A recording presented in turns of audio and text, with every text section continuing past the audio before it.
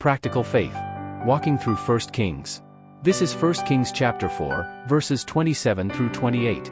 Verse 27 reiterates that the officials in charge of the 12 regions provided food during their respective months.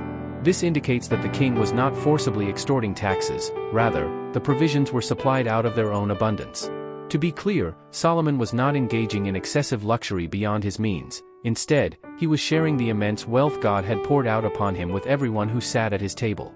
While Solomon's table was more magnificent and bountiful than that of any other era in Israel, relative to his total wealth, these expenditures were not an overextension. Thus, verse 28 explains that although Solomon possessed a vast number of horses compared to other kings of Israel, maintaining them did not strain his finances.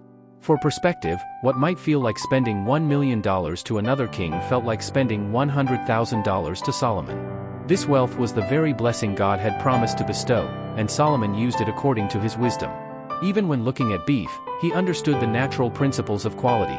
He knew what constituted the highest grade of beef, and based on his wealth, the cost of purchasing the finest meat he had discerned was not a significant expense.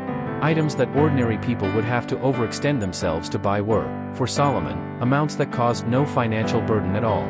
From this relative viewpoint, we must remember that Solomon was not being recklessly extravagant. He simply knew what was best and had the sufficient means to enjoy it.